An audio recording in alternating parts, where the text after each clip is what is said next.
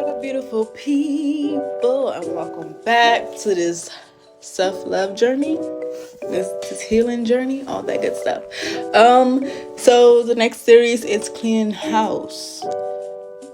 In order to heal, you have to clean house. In order to clean house, the reason why you gotta clean house, you gotta get up off your feet and start moving around, digging through this trash and figure out what's in your home. You won't know what's out of place until you get into it. You won't know what's dirty and what's clean until you sort out your laundry. You have to clean house in order to cleanse yourself. So it's time. In fact, when your place is cluttered, so are you. So let's start with your mind. Number one, what is on your mind? And ways to get it off is to write things down. Find a friend. Lay your burdens on a friend, a safe place basically, or you can get some things off of your mind, off of your chest. Number two, what are you feeding your mind? What lyrics are you listening to on a daily basis? So, prime example, I have this on my YouTube channel somewhere. I was going through a whole lot of things mentally, right? And as I was driving, all I heard was, if you want to make a change, if you want to make the world a better place, take a look at yourself and make a change. Like, I'm thankful that back then when I was growing up, I had music like that to feed my mind. And because when I was lost, and I felt like I had to change the world or do great things, or like the word is so what to do. The music that I listened to was so uplifting that it reminded me. It came in a time of need of like, start with yourself. If you want to make the world a better place, look at yourself in the mirror and start there. So what lyrics are you listening to? What movies and TV shows are you listening to? Are you always watching? I had to stop watching Lifetime, Law and Order. Love it.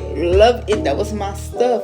But it's had me thinking like, I can't trust nobody, especially my family and my friends. That's the people next to me. They're the people who doing the most stuff. It's because I was conditioning my mind to think like, be skeptical of everybody around you type stuff. Like, it's little things that goes over our head, but it really plants seeds in our mind. What are we feeding our mind? What are you watching on social media all the time? Like, I'm gonna lie, I love TikTok, but if I swipe on your page and you just loud and cursing, I'm gonna swipe up.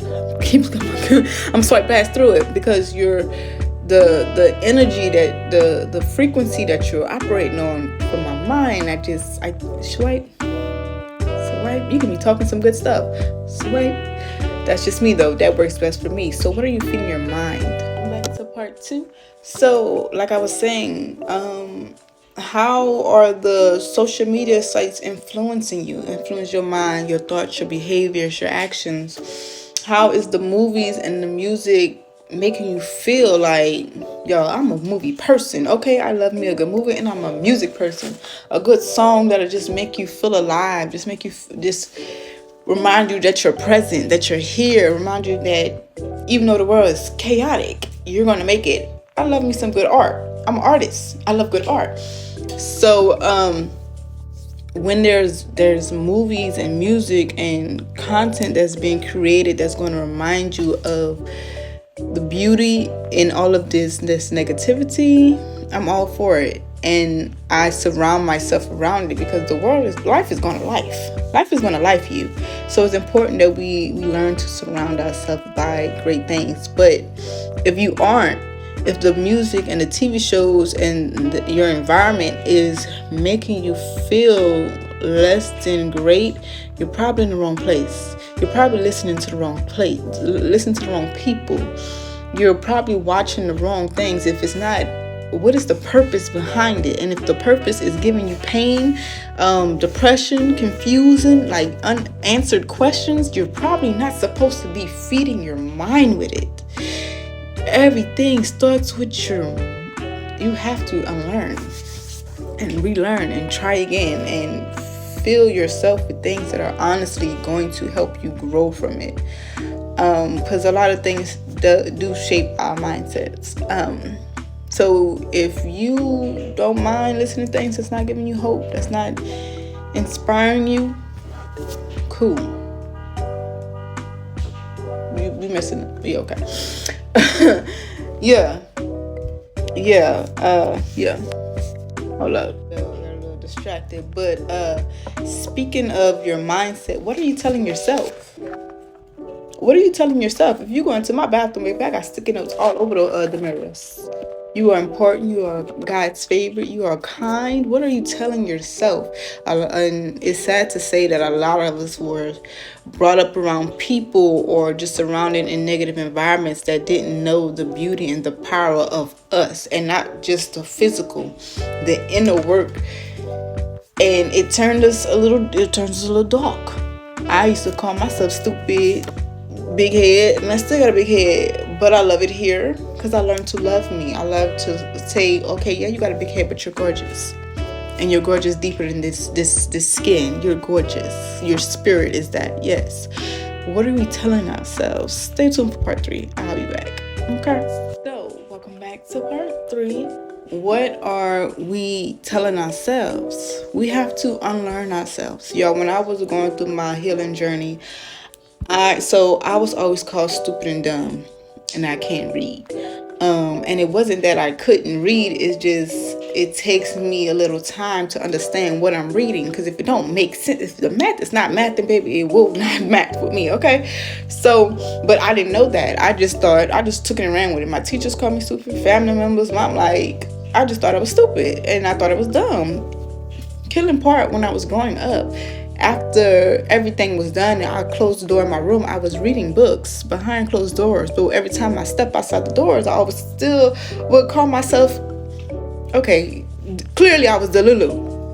But it continued because when I was in Texas, trying to become the woman that I knew I was walking to the library, checking out like stacks of books. Like if y'all would have seen my library list, okay, baby, it was long, okay, because I kept just reading books and I still was calling myself stupid and dumb because that's what I was always told. It took me months for me to be like, you're not dumb. You just learn like this. You just understand this way. You're not dumb. You're not dumb. Look at what you're doing. You're out here by yourself. You're making it happen. You're figuring it out. You're not dumb.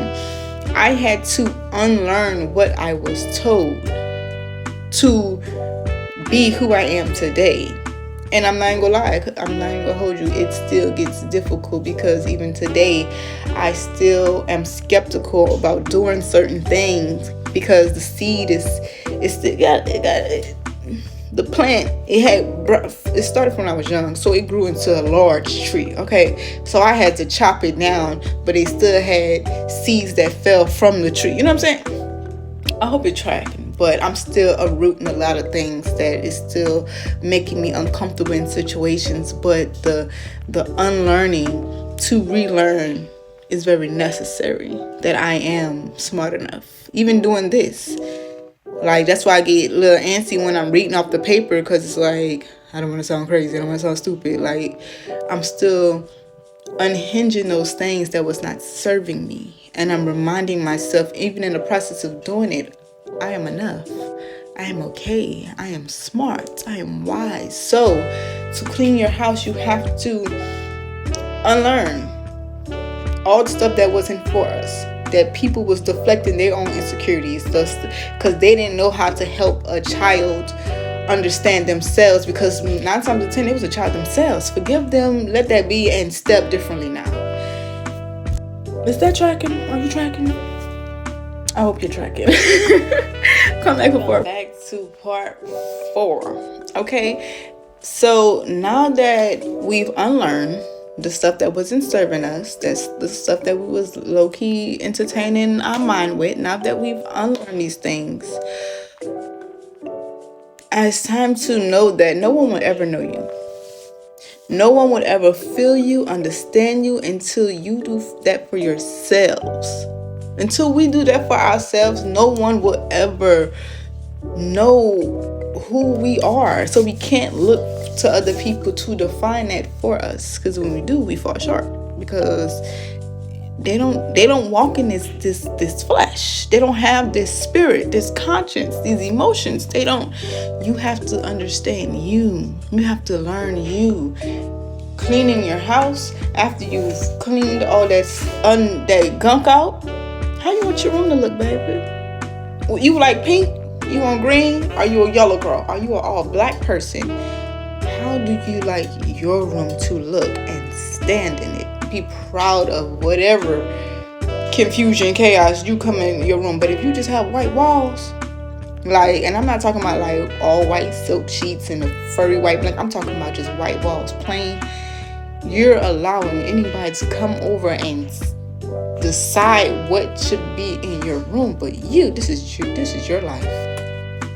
And I like to say that because I don't think people really get it. Like, this is your life.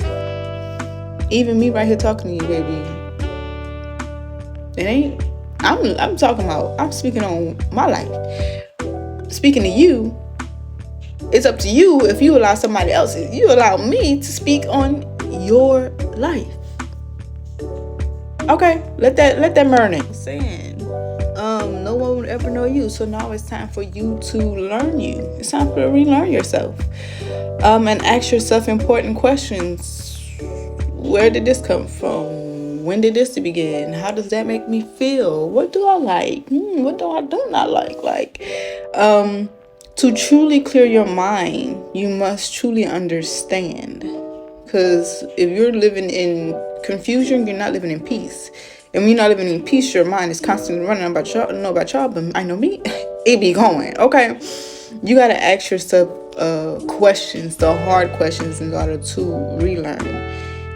And once you do that, you'll be more grounded. You'll find that confidence, that security from nobody else but yourself. Because you will have the answers to the things that define you. Nobody else in this world.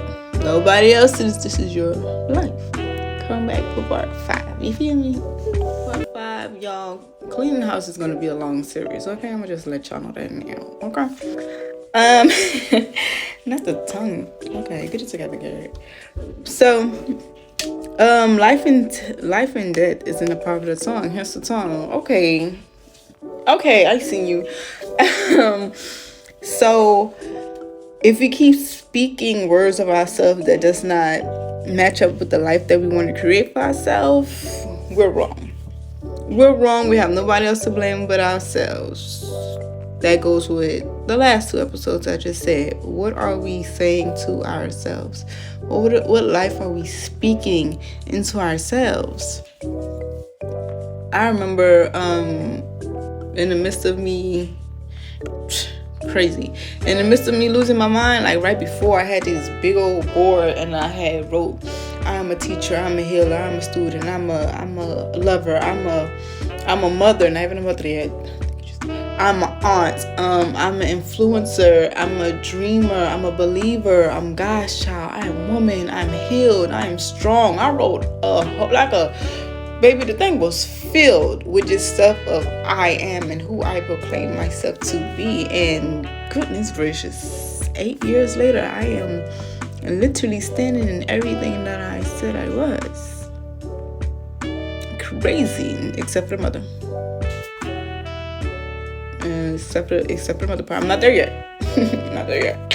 Whew, take my time. But everything that I've proclaimed myself to be thus far, I am either walking in it or I'm still taking steps towards it.